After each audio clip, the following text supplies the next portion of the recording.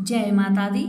नमस्कार दोस्तों, स्वागत है आप सभी का हमारे YouTube चैनल लक्ष्मी शर्मा की कहानियां पर। ओम नमः भगवते वासुदेवाय। प्रिय भक्तजनों, आज आप श्रवण करेंगे श्रीमद् भगवत गीता पाठ चौथा अध्याय महात्म्य सहित। कृष्ण भगवान बोले, हे अविनाशी कर्मयोग को मैंने सूर्य से कहा, सूर्य ने मनु से कहा और मनु ने राजा इक्ष्वाकु से कहा। हे अर्जुन, इस तरह परंपरा से प्राप्त यह योग सब राजर्षियों ने जाना, परंतु अधिक समय व्यतीत होने से लुप्त हो गया। वही प्राचीन युग आज तुमको मैंने बताया है, क्योंकि तुम मेरे भक्त और मित्र हो। यह रहस्य अति उत्तम है। अर्जुन बोला, आपका जन्म तो अभी हुआ है और सूर्य का जन्म बहुत दिनों पहले हुआ था।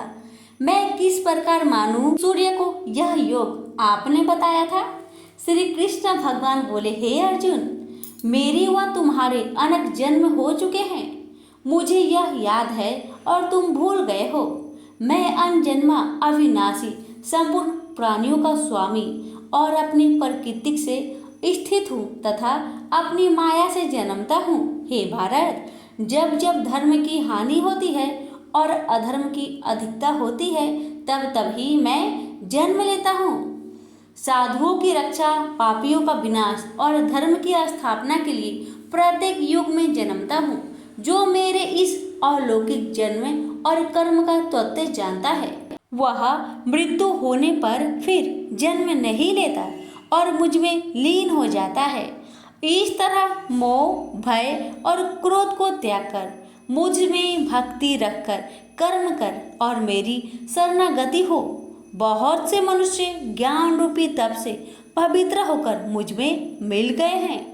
जो जिस भाव से मेरा पूजन करता है, इसको मैं उसी प्रकार का फल देता हूँ। जो मनुष्य लोक में कर्म सिद्धि की इच्छा करने वाले देवताओं का पूजन करते हैं, क्योंकि इस लोक में कर्म की सिद्धि शीघ्र होती है। मैंने चारों वर्णों की सृष्टि अपने अपने गुण और कर्म से की है।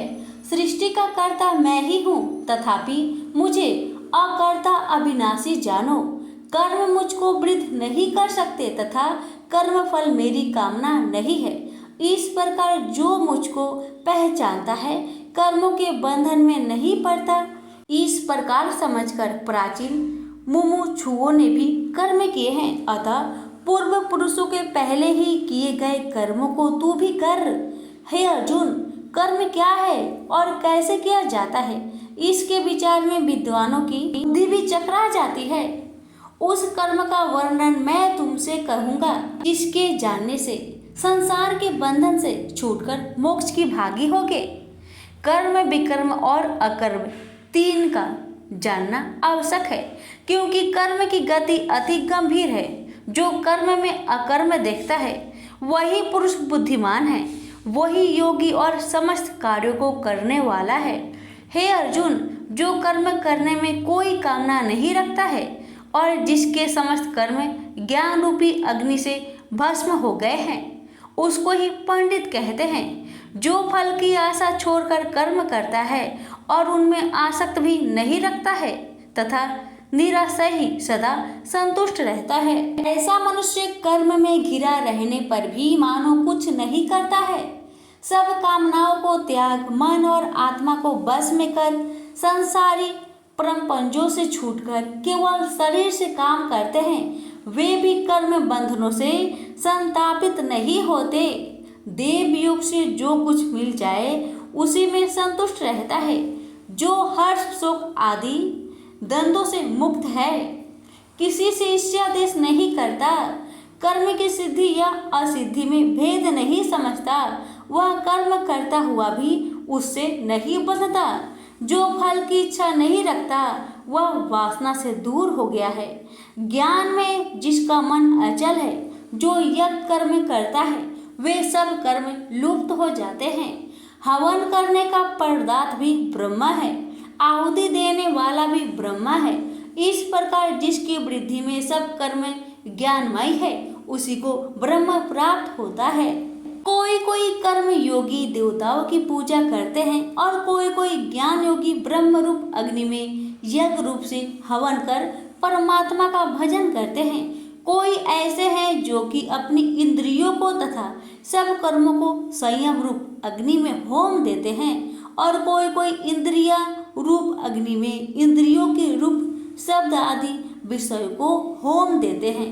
कितने ही लोग इंद्रियों को सब कर्मों को और प्राणियों के कर्म को आत्मज्ञान से प्रज्वलित आत्मा को संयम रूप अग्नि में होम देते हैं। कोई तो द्रव यज्ञ करते हैं, कोई योग यज्ञ, कोई स्वास्थ्य और कोई ज्ञान रूप यज्ञ करते हैं। कोई प्राणायाम में तत्पर रहने वाले योगी प्राण वायु और अपना वायु का लय करते हैं। कोई आहार को निरंतर कम करते हुए प्राणों को शोधते हैं।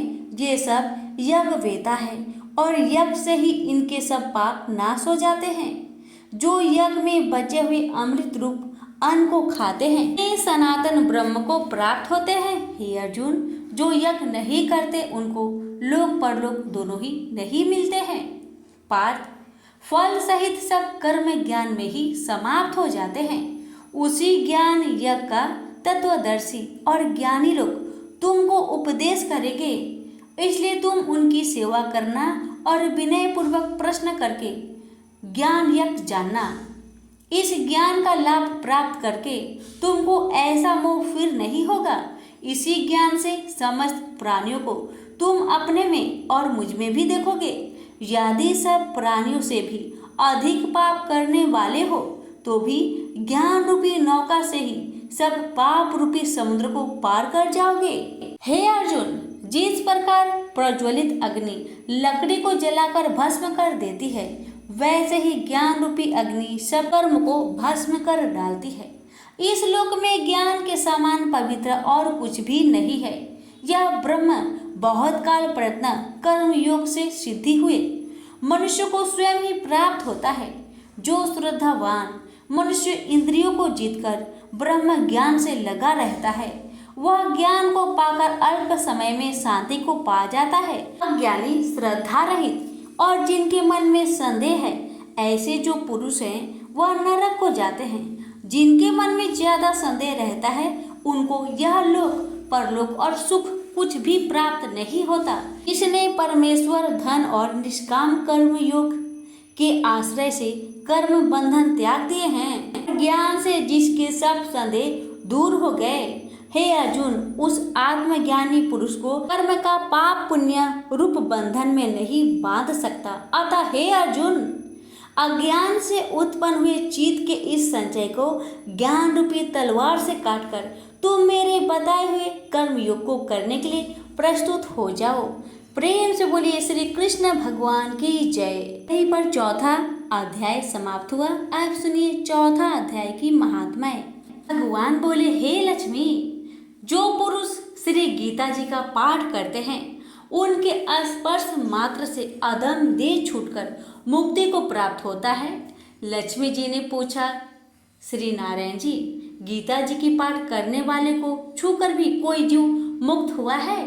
तब श्री नारायण जी ने कहा, हे लक्ष्मी जी, तुमको मुक्ति की एक पुरातन कथा सुनाता हूँ। भागीरथी गंगा जी के तट पर एक काशीपुरी नाम का नगर है। वहाँ एक वैष्णव श्री गीता जी की चौथे अध्याय का पाठ किया करता था।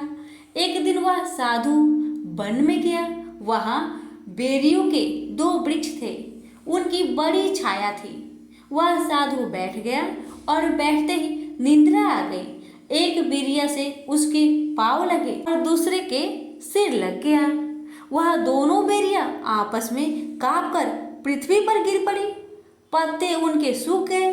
परमेश्वर की इच्छा से वह दोनों बेरिया ब्राह्मण घर की कन्या हुई। फिर ब्राह्मण के घर में जन्म लेकर उन दोनों कन्याओं ने तपस्या करना आरंभ कर दिया। जब वह दोनों बड़ी हुई तब उनके माता पिता ने कहा, हे पुत्रियों, अब तुम्हारा विवाह करते हैं। तब उन दोनों ने माता पिता से कहा, हम विवाह नहीं करेंगे। उनको अपने पिछले जन्म की खबर थी। उन्होंने कहा, हमारी एक यही अभिलाषा है कि वह साधु हमें पुनः दर्शन दे तो बड़ा अच्छा है। उनके मन में यही था कि वह साधु जिसके स्पर्श करने से हमें अधन देह से छूट कर यह देवदेही मिली है, वह मिली तो बड़ा अच्छा हो। यह विचार कर उन दोनों लड़कियों ने माता पिता से तीर्थ यात्रा करने की आज्ञा मांगी। तब माता पिता ने उन्हें तीर्थ यात्रा की आज्ञा दी। तीर्थ यात्रा करती करती बनारस में पहुंची तो वहां जाकर देखा कि वही तपस्वी बैठे हैं जिनकी कृपा से हम बेरी के देश से छूटे हैं। तब उन दोनों कन्याओं ने चरण वंदना की, हे संत जी, धन्य हो आपने हमको कृतार्थ किया है। तब साधु ने कहा, तुम कौन हो? मैं तुमको पहचानता नहीं। कन्याओं ने कहा, हम आपको पहचानते हैं, हम पिछले जन्म में प्रिया की योनि में थी। एक दिन आप वन में आए तो आपको बहुत धूप लगी थी, तब बेरिया की छाया तले आप आ बैठे। लंबासन होने से एक बेरी से आपके चरण लगे और दूसरी बेरी से सिर लगा, तो उसी समय हम बेरी की योनि से मुक्त हो गए। अब हमने ब्राह्मण के घर में जन्म लिया है और बहुत सुखी हैं। आपकी कृपा से ही हम मोक्ष को प्राप्त हुए। तब तपस्वी ने कहा, मुझे इस बात का पता नहीं था। अब तुम आज्ञा करो, तुम्हारी क्या सेवा करूं, क्योंकि तुम ब्रह्म स्वरूप उत्तम जन्म श्री नारायण जी का मुख हो। तब उन दोनों कन्याओं ने कहा, आप हमको श्री गीता जी के 4 अध्याय का फल प्रदान करें, जिससे हम देवदेही पाकर सुखी हो जाएं। तब उस तपस्वी ने उन्हें गीता जी के 4 अध्याय के पाठ का फल दिया। फल के देते ही आकाश से विमान आए। तब उन दोनों ने देवदेही पाकर बैकुंठ को गमन किया। श्री नारायण जी बोले, हे लक्ष्मी जी, ये 4 अध्याय का महात्म्य है जो मैंने आपको सुनाया है। प्रेम से बोलिए, लक्ष्मी नारायण की जय।